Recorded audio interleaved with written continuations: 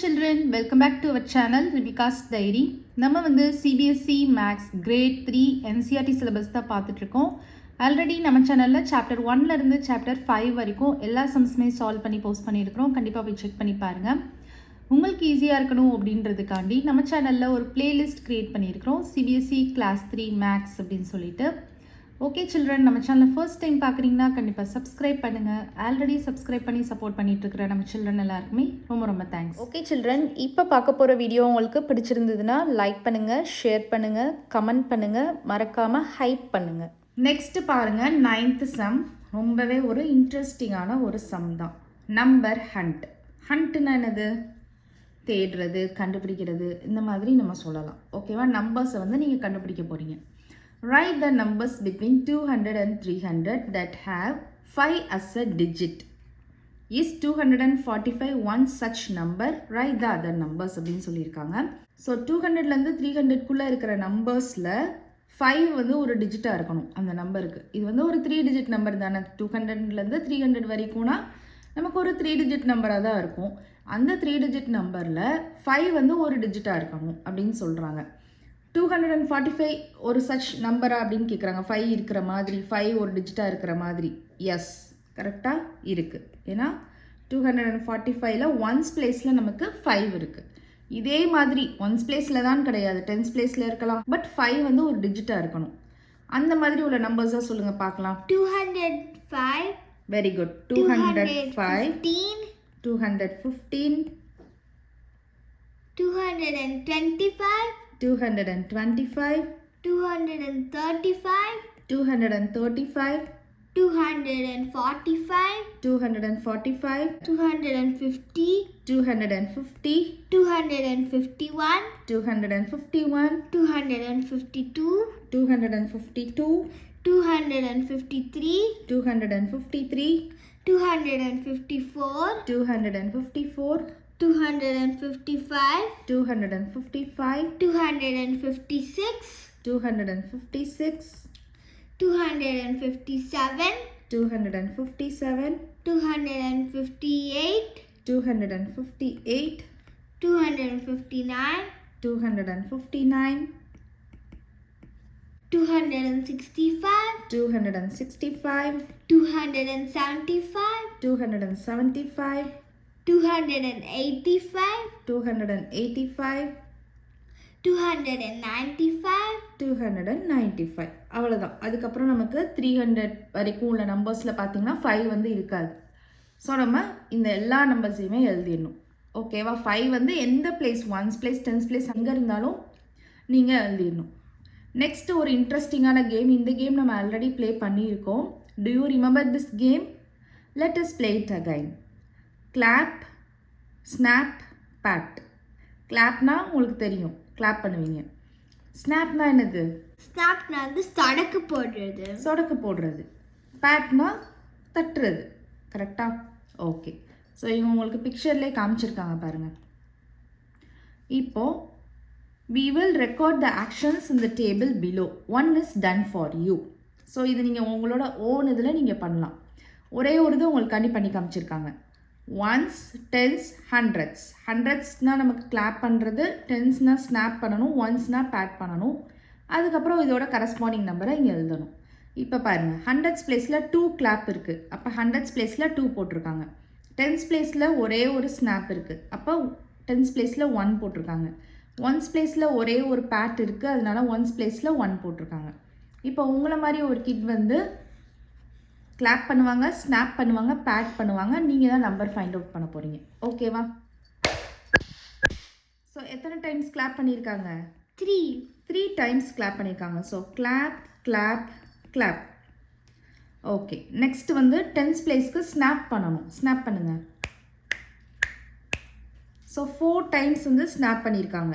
Snap அப்படின்னு போட்டு நான் 4ன்னு போட்டுறேன். ஏன்னா எனக்கு இங்கே எழுதுறதுக்கு ஸ்பேஸ் இல்லை. ஓகேவா? நெக்ஸ்ட்டு பேட் பண்ணுங்கள். 5 டைம்ஸ் வந்து பேட் பண்ணியிருக்காங்க.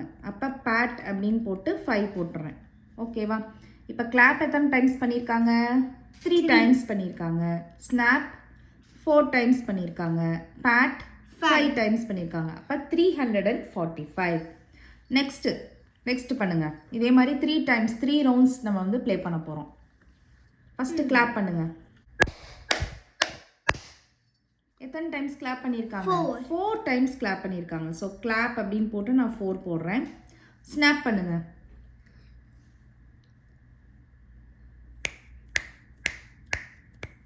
ஃபைவ் டைம்ஸ் வந்து ஸ்னாப் பண்ணியிருக்காங்க. ஸோ ஸ்னாப் அப்படின்னு போட்டு 5 போடுறேன். பேட் பண்ணுங்கள்.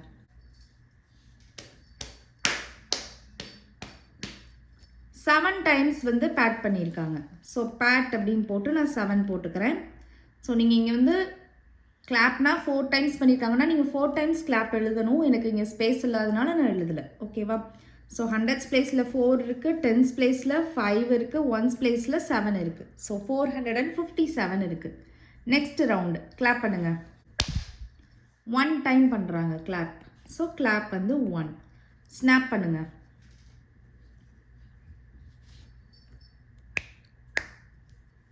டூ டைம்ஸ் வந்து ஸ்னாப் பண்ணுறாங்க. So snap 2.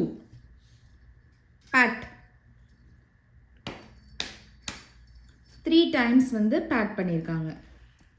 ஸோ 100s பிளேஸில் 1 இருக்குது, 10s பிளேஸில் 2 இருக்குது, 1s பிளேஸில் 3 இருக்குது. ஸோ 123 இருக்குது. நெக்ஸ்ட் லாஸ்ட் ரவுண்டு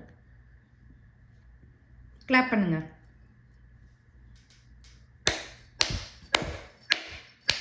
எத்தனை டைம்ஸ் கிளாப் பண்ணியிருக்காங்க? 5 டைம்ஸ் வந்து கிளாப் பண்ணுறாங்க. ஸ்னாப் பண்ணுங்கள்.